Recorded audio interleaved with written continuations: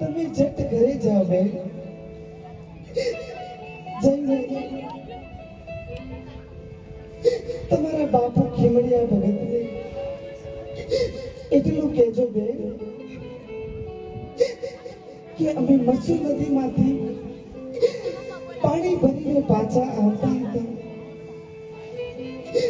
માણેક ચોકમાં આવતા રાજા રાવત રણસીનો ભેટો થયો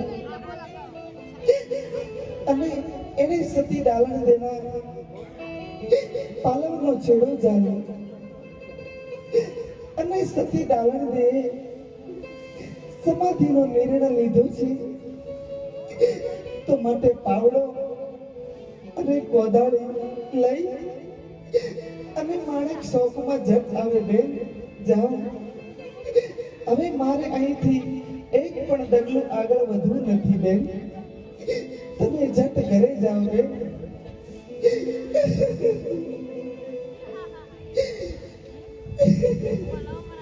આવી રીતે સત્ય ડાળેલ દે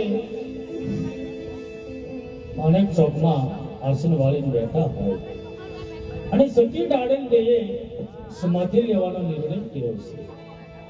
બહેનોને કહેવા લાગ્યા કે તમે ઝટ ઝટ મારા ઘરે જાઓ. મારા સ્વામીને અમને ખબર આપો કે સતી ડાળેલને તમને કોદાળી અને પાવડો લઈ માણેક ચોકમાં બોલાવે છે. એ બહેનો આ ચાલી નીકળ્યા છે.